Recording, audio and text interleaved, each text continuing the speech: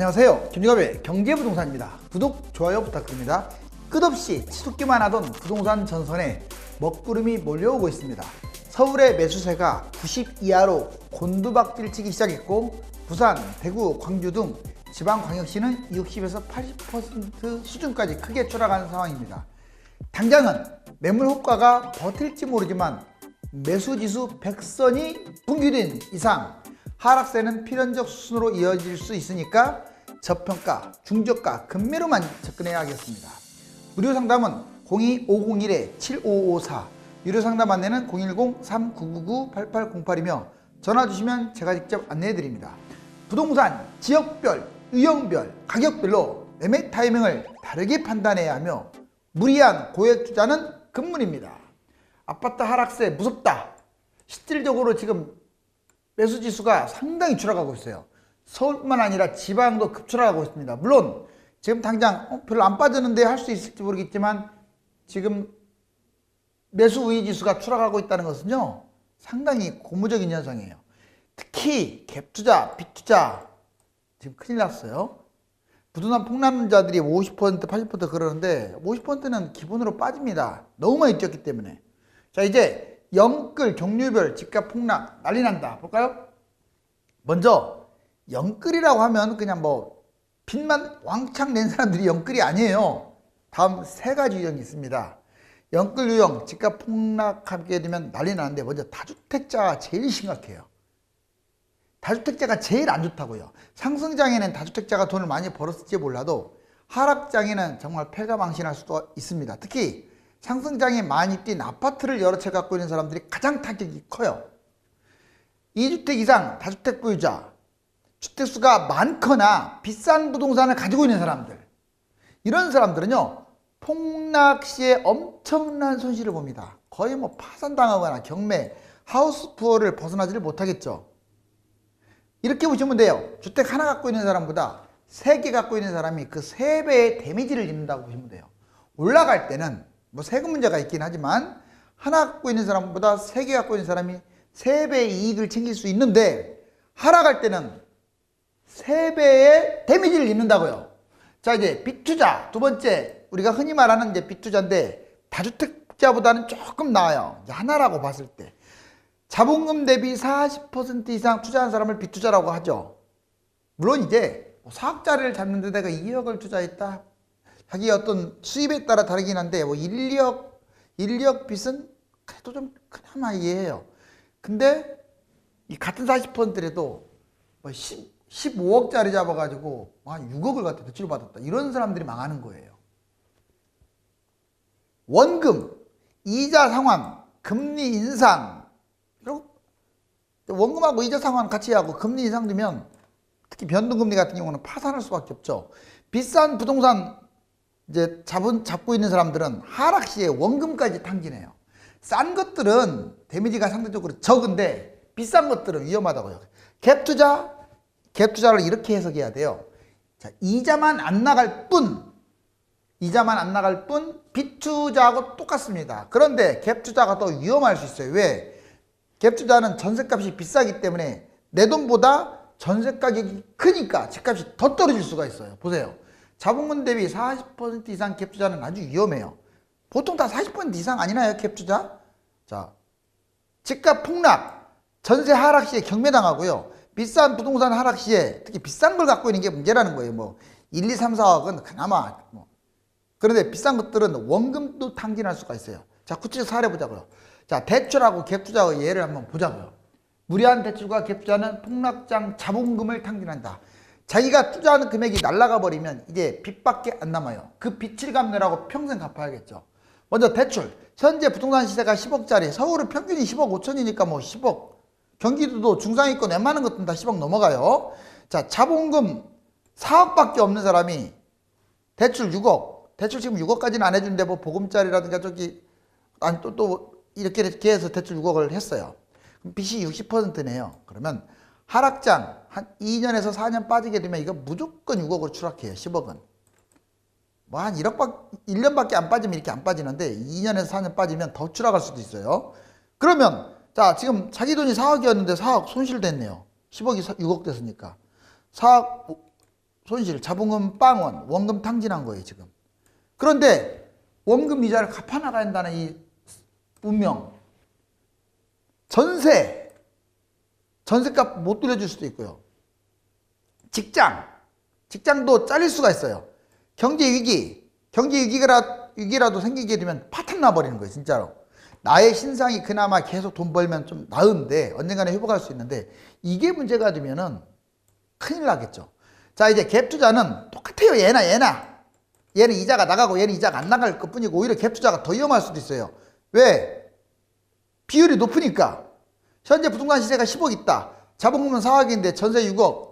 빚을 60% 내가지고 전세 끼고 잡은 거예요. 하락장 부동산 시세 6억. 자, 뭔 말이냐? 이제 하락장의 집값이 6억, 10억이 6억으로 떨어지면 4억이 손해봤는데 내 원금 날아갔네요. 4억 손실, 자본금은 제로야, 역시. 원금 탕진했기 때문에 전세 만기 때 전세값을 갚아줘야 돼요. 역시 전세가 문제가 되거나 직장이 문제가 되거나 경제위기가 되면 파탄된다고요. 옛날에 하우스푸어들 정말 많았어요, 여러분들. 자, 뭐 2억짜리, 3억짜리, 뭐 조그마한 거 자꾸 사람에 따라 다르긴 한데 4억 미만을 말하고 하는 게 아니라 제가 말하는 것은 비싼 것들 말하는 거예요. 10억, 15억, 20억 이런 거. 자, 이제 지금 부동산 매입시 이거 별표죠? 꼭 알아야 할 사항. 그냥 무작정 잡으면 집이다 생각하시면 안 돼요. 정부 정책, 집값 흐름 지속적으로 살펴라. 제 방송을 보시는 분들이 그래요. 뭐 빌라 같은 거 잡지 마라, 뭐 하지 마라, 뭐 해라. 그래도 객관적으로 전달해 줘서 좋다고. 제가 사실 그래요. 자, 그리고 제가 비록 하락 이야기를 좀 많이 하지만 무조건 집 못 잡게 안 하잖아요. 올해 내내 뛸 거라고 얘기하잖아요. 왜? 정책이 올바르지 않으니까. 자, 어찌됐거나 정부 정책, 집값 흐름은 계속 보면서 가야 돼. 이게 1번이에요. 이게 제일 중요해. 그 다음에 실거래가, 집을 살려고 할 때 실거래가하고 호가의 차이가 얼마인지, 그 실거래가는 몇 월 달에 됐는지. 만약 2월 달에, 3월 달에 실거래가 됐는데 그게 8억인데 지금 10억이 나왔다. 이거 이상한 거잖아요. 작년 6월 달에 실거래가가 8억이었는데 지금 10억이다. 뭐 이해해요. 그 사이에 뛰었으니까. 아무튼 실거래가, 호가 매물을 매입 전에 살펴라. 거래량이 적은 단지 추격 매수하지 마세요. 특히 거래량이 적은 것은 한 건 가지고도 날아갈 수가 있어요. 수도권 올해 매입 시에 만약 나는 올해 꼭 수도권을 매입한다. 뭐 관망하는 게 있고 바로 매입하는 게 있고 기다렸다 매입하는 게 있고 매입 안 하는 경우가 있는데, 매입할 거라면 잘 들으세요. 빨리 할수록 좋아요. 왜 그러냐면 확률적으로 올해 내내 뛸 가능성이 높습니다. 이제 올해 매입한다면 빨리 매입하시는 게 좋다고요. 그 다음에 지방 아파트 매입은 당장 할 필요 없다고 봐요. 이미 좀 꺾인 것 같거든요. 그래서 좀 상황에 따라서 여유 있게 관망하라. 매수하지 말라는 건 아니지만 관망했다가 지금 금매도 나오고 있으니까. 지방과 수도권이 달라요, 지금. 자, 그다음 자본금이 적다면 영끌하지 마세요. 갭 투자하지 마세요. 뭐 아까도 말했지만 1, 2, 3, 4억은 개인에 따라 다르긴 한데 그래도 소액이니까 이 정도 갭 투자, 이 정도 뭐 약간 대출을 받아서 사는 건 괜찮지만 뭐 10억이 넘어가거나 그런 것들은 신중해야 돼. 최근에 오르고 있는 거의 특징이 뭔 줄 아세요? 다 뛰니까. 자, 개나 거리나 말이나 뛰니까 제일 안 좋은 것들이 지금 뛰고 있어요. 최근 오르고 있는 것들이 입지가 안 좋은 것들이 뛰고 있어요. 지금 뛰는 것들이 좋지 않은 것들이에요. 조심하세요. 그 다음에 아파트 아닌 것들이 뛰고 있어요. 아파트 아닌 것들. 그 다음에 나홀로 아파트. 다 뛰니까 얘마저도 따라가고 있어. 이런 것들 잡게 되면 나중에 안 팔려요. 이거를 아무리 궁해도 이건 좀 피했으면 좋겠어요. 자, 다주택자들한테 한마디 할게요. 다주택자들도 상황에 따라 다르겠지만 처분하는 게 좋다고 봐요. 아무리 양도세가 세더라도 웬만하면 처분하고, 그 다음에 무주택자들은 청약, 매입 이거 둘 중에 판단을 해야 돼요. 청약 점수도 가점도 얼마 안 되는데 끝까지 기다린다. 이것도 좀 문제 있고, 청약 가점이 한 50점 때문에 좀 어중간하긴 하지만 그런 경우는 기다릴 필요도 있는 거죠. 자, 8개면 꼭 기억하시고. 무주택, 1주택, 다주택. 그럼 실질적인 거네. 이런 거 다 실질적인 전략 아닙니까? 무주택자, 여러분들이 할 수 있는 판단은 딱 두 가지네요. 먼저 청약을 올인하는 방법이 있어요. 자, 가점이 이제 한 4, 50점만 돼도 한번 버텨볼 만해요. 근데 그것도 상황에 따라 다르죠. 특흥도 기다릴 만하고. 그런데 가점이 낮더라도 릴레이식으로 청약 한번 해볼 필요가 있겠죠. 만약 3기 신도시 할 때면 이제 2, 3년 후가 될 텐데 확률적으로는 다들 그러잖아요. 2, 3년 후에는 떨어진다고. 그렇죠. 2, 3년 후에 떨어진다기보다는 올해 떨어질 수도 있고 내년에 떨어질 수도 있어요. 확률적으로 이제 올해는 뛸 가능성이 높다 이럴 뿐이지. 그러면 아마 2, 3년 후에 그 바닥이라면 당첨 가능성이 높습니다. 그때는 세대주도 가능성이 있고요. 유주택자도 가능성이 있고 당해 지역 아니더라도 가능성이 있고요. 집값이 1, 2년만 빠져버리면 다 돼요. 웬만하면. 오히려 1, 2층 당첨될까 봐 프리미엄 주고 삽니다. 그것도 왜? 조정지역이네 이런 것들 실거주네 다 폐지돼요. 그리고 뭐 5%, 10% 계약금 뭐 미분양까지 날지는 모르겠지만 이렇게 얼마나 좋은 상황이 될지는 모르겠지만 이 물량으로 봤을 때 집값 흐름으로 봤을 때는 상당히 예전에 2기 신도시 때 재판일 가능성이 커요. 그래서 한번 기다려볼 필요도 있어요. 다만 이제 올해 계속 집값 뛰고 내년 또 뛰면 스트레스를 받으니까 자, 그것은 조금 판단을 해야 돼요. 자본금에 맞게 매입하는 방법이 있습니다. 두 번째, 자본금으로 내 집 마련하는 건 뭐 나쁜 건 아니에요. 어떤 일이 있어도 아파트로 내 집 마련하는 것은 괜찮은 겁니다. 무주택이 문제인 거지. 다만 무리하거나 아파트가 아니거나 전세 끼고 좀 돈 비싼 것들 전세 끼고 이런 것들은 신중하세요. 1주택자는 두 가지가 있습니다. 계속 보유하는 방법, 갈아타기 방법, 전략이. 근데 보유하려면 이 조건을 갖춰야 돼요. 첫 번째, 황금성이 있어야 돼요. 맞죠, 제 말이? 만약 여러분들이 더 잘할 거야. 옛날에 봤더니 하락장에 봤더니 아예 그냥 하락장은커녕 상승 막 3, 4년 차까지도 안 팔려 내 것이. 그건 황금성이 안 좋은 거야. 그런 것들은. 그런 거 빨리 던지세요.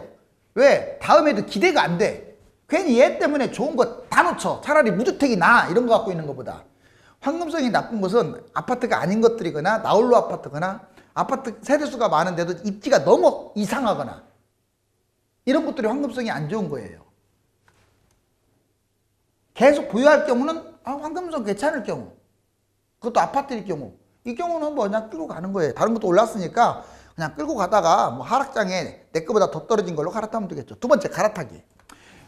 이 시점에서 갈아타기. 황금성이 없고 아파트가 아니고 입지가 이상한 것들은 갈아타세요. 지금 뛰었다면 갈아타시라고요. 뭐 비싼 걸로 갈아타는 게 아니야. 황금성이 있는 걸로. 그 다음에 폭락장이 또 돌아오면 또 한 번 갈아타야 돼. 폭락장이 왔는데 갈아타지 않으면 제가 그랬죠. 바보라고. 내 거보다 더 떨어진 게 몇백만 채가 있는데 왜 그거 짝사랑에 빠져가고 그걸 뭐 순정을 지켜갖고 그 아파트로 올인합니까? 갈아타야지. 상투장은 갈아타는 거 아니에요. 폭락장이. 근데 지금 상투장에 갈아타라고 금방 얘기한 건 안 팔리는 거. 약간 좀 더 약간 비싼 걸로 갈아타면 되겠죠. 자, 다주택자들은 계속 보유했다 또는 부분적으로 매도한다. 이 두 가지 전략이 있는데 만약 임대주택 사업자라면 기간 정도 봐가지고 상승장 흐름 보면서 판단해도 되지만 그냥 단순 다주택자는 자 바로 좀 던지는 거 생각해야 돼요. 임사혜택, 양도세 혜택은 보유하고 폭락장의 손실이 양도세보다 심각해요. 잊지 마세요. 지금 3억 세금이 거의 2억 가까이 되고 막 1억 5천 이렇게 되는데 그 세금이 아깝잖아요. 근데 집값이 지금 자기가 차익을 거뒀던 3억에서 1억 빠지고 2억 빠지는 것은 하락장이 그냥 날아가 버리는 거예요. 이거 없어져 버려요. 양도세보다 더 세다고. 하락 금액이 훨씬 세요. 또 하나는 자 2주택 또는 3주택 40% 일반과세가 안 없어져. 이 세금도. 그럼 40% 세금 내면서 집값도 떨어지기 때문에 더 안 좋은 거예요. 계속 올라갈 것만 착각하지 마세요. 그래서 매도하시는 게 좋고 부분 매도 원칙적으로 2021년 6월 전에 매도하고 왜 6월 달에 또 세금 올라가니까 하락장 차라리 그 돈으로 기회비용을 살려서 폭락장에 좋은 거 매수하세요. 자 이제 2021년 수도권 거품 여기 보시면 계속 이제 해마다 이거 몇 번 했죠. 자 2010년 박근혜 정부 때 831 대책 때 쭉 올라갔다가 떨어지고 2017년 802 대책 연도마다 나와요. 올라갔다 이게 0이야 0. 말만 떨어졌지 완전히 떨어진 건 조금밖에 없어요. 특히 이게 이걸 보시면 돼요. 이거 보라색. 자 그 다음에 2018년에는 9.13 대책 때 이때 조금 빠졌죠. 그 다음에 이제 2010년 2019년 12.16 대책 때 그리고 2020년 7.10 84 대책 6.17 스트레이트로 있었는데 이때는 마이너스도 안 되고 올라갔네요. 지금 현재 2021년 이사 대책이 현재 여기입니다. 여기. 빠진 것도 없어요. 약간 지금 내려가고 있어. 약간 이렇게. 근데 이게 이렇게 추락을 할 거냐 올라갈 거냐? 올라갈 것으로 판단합니다. 왜? 지금 공급 대책, 장기적인 대책만 있지 강력한 투기 대책이 없기 때문에. 왜 자꾸 규제를 하라고 하냐 그런데 솔직히 말씀드릴게요. 과거에는 규제다운 규제가 없었어요. 진정한 규제는 투기에 대한 대책을 하는 게 규제인 거예요. 그런 대책이 없으면 무슨 집값이 떨어지겠어요. 자, 다주택이라든가 갭투자라든가 이런 대책이 나와야지. 투기 특단 대책이 나오면 떨어질 거예요. 근데 지금 이런 거 안 나올 것 같아요. 내 생각에. 여기서도 안 나오는데 뭐 나왔겠어요? 자, 올라갈 것 같습니다. 올해는. 부동산 실패 원인이 다주택 갭 투자를 방치해서 실패했어요. 지금까지. 이게 1번인 거예요. 다른 거 하나도 없습니다. 자, 집값을 뭐 못 잡아서 못 잡기는 왜 못 잡아요? 이 대책이 안 나왔기 때문에 그렇죠. 그 다음에 대출, 청약, 조정지역, 뻔할 뻔짜의 규제 이것만 반복해서 24번을 했기 때문에 그래요. 그것도 핀셋, 풍선 효과를 유발해서 덧쳤죠. 불필요한 규제가 많아요. 오히려 규제 때문에 집값이 뛰는 것도 많아요, 지금. 자, 이제 과거 아까 금방 보여드렸던 거 이거 지금 0입니다. 0. 자, 보시면 이제 수도권하고 서울하고 중심으로 보면 자, 2013년부터 계속 올라갔죠. 여기 보세요. 얼마나 쪘습니까? 지금 현재 여기야, 여기. 약간 올라갔다가 약간 내려온 모습 보이죠? 제가 보기에는 약간 내려오다가 또 올라갈 것 같아요, 이렇게. 마이너스로 가지도 않고 지금 계속 마이너스로 가지도 않았잖아요. 이 밑에 있는 것들은 지방이야, 지방. 지방이 여기서 먼저 뛰었다가 좀 내려왔다가 이번에 지방에도 수도권이 다 올라왔죠. 근데 지방은 좀 마이너스로 갈 가능성도 있어요. 근데 수도권은 내려왔다가 또 올라갈 것 같아요. 또 수도권이 올라가면 또 지방 또 따라가겠죠. 왜 그렇게 판단하냐? 강력한 규제 정책이 없기 때문에 그래요. 자, 이제 서울 아파트 매수세 꺾였다. 이제 앞으로 뭐 마이너스가 가든 플러스가 가든 제가 지금 제목에 맞는 얘기를 해야죠. 이제 서울, 대구, 광주, 부산 매수세 모두 크게 꺾였다. 100 이하면 꺾인 겁니다. 여러분들 100 이하면 사는 사람이 유리하다는 뜻이야. 100 이상이면 파는 사람이 유리하다는 뜻이야. 그런데 여기 보세요. 2020년 11월 달부터 그래요. 2월 달까지만 해도 100 이상이었어. 파는 사람이 절대적으로 유리했죠. 서울에서. 근데 지금 3월 달로 접어들면서 96점이 이제 서서히 사는 사람이 약간 유리해졌어요. 그런데 지방 봐봐요. 대구, 광역, 광주, 부산, 5대 광역시 여기 보니까 다 100 넘네요. 그렇죠. 그러다가 이게 추락한 거 지금 현재 2월 달 봐봐요. 지금 이제 3월 달에 더 추락했죠. 91, 86, 79, 61 지금 신고가만 좀 찍고 있지 전반적으로 사자고 하는 사람도 없고요. 여기 보세요. 곳곳에 1억 뚝, 지방주택 2달째라고 분명히 나오죠. 팔자가 우위라고 좀 뉴스 제목도 나오잖아요. 집값이 폭락을 당장 해야만이 떨어진 게 아니야. 시간이 필요하죠. 이런 거 덥석덥석 잡지 마시고 지방 같은 경우는 좀 신중하세요. 자, 이제 2030 연끌 최고치 지수 갭저들 발표하고 있다. 항상 지금 2030 좀 불쌍한데 우리 자녀분들 2030 세력들이 지금 구매 비율이 무려 연끌 구매 비율이 34.1%래요. 그러니까 셋 중에 하나는 무조건 연끌인 거예요. 연끌. 연끌이라는 말은 본인의 분수에 넘치도록 대출을 끼거나 전세를 끼고 잡는 걸 연끌이라고 하는 거예요. 특히 30대가 1등이야. 지금 거래량이 많지도 않은데도 실수요자, 움직이자 발 빼는 갭 투자자들이 지금 발을 빼고 있어요. 왜? 지금 집값 전세가율 추이해 보세요. 이렇게 실수요자들이 사니까 팔아먹는 거죠. 갭 투자자들이. 자, 그런데 조심할 게 여기 70%라고 지금 나와 있어요. 경기도. 전국도 70% 정도 되죠. 70%라면 내 돈은 10억짜리 잡았을 때 내 돈 3억이면 7억은 전세 낀다는 건데 이게 망한다는 거예요. 이게. 선생님 10억짜리가 자 전세가 7억이면 얘가 떨어지면 얼마까지 또 6억으로 떨어지면 자기 돈도 다 탕진하는 거잖아요. 자기 돈은 3억밖에 없잖아. 4억 떨어지는 건데 조심하시라고. 자, 그 다음에 기준금리 초읽기 농협 주도 자, 수담대금리 이렇게 올라간다는 거 보여드렸고 그 다음에 국고채 10년물 지금 1600까지 했다가 1.692까지 했다가 2.028까지 올라갔고 그 다음에 부자들이라고 해서 여러분들 2021년 전망 좋게 보는 거 아니에요. 안 좋아졌다. 42.8이야. 자, 이거 지금 올해 지금 저거 한 거예요. 전망. 부자들이 40.8이 안 좋아진다라고 말했고 좋아진다라고 말한 사람은 16.2밖에 안 돼요. 오히려 서민들하고 반대로 하고 있죠. 이제 끝물에 왔다고 생각하는 거야. 지수는 가계부채를 보세요. 지금 100 넘어갔죠. GDP 대비. 이건 아시죠? 그 다음에 이자도 못 내는 기업도 39.1%, 이자도 못 내는 기업이 40%라면 심각한 거 아니에요? 이거 금융부실 위험성도 있습니다. 여러분들 이게 지금 뇌예요. 뇌 사이에 지금 돈으로 이렇게 만들었네요. 생각하고 움직이세요. 움직인 다음에 생각하지 말고 생각하고 움직이세요. 집값이 떨어지기 위해서는 공급대책과 함께 강력한 투기대책, 쌍두마차가 병행이 되어야 하는데 집값을 잡을 강력 정책이 곧 나오리라고 기대합니다. 전체적으로 조심할 곳들이 많지만 지금이라도 집을 사야 할 곳들이 있고 사서는 안 되는 곳들이 있으므로 도움을 받고자 하는 분들은 문의 주십시오. 감사합니다.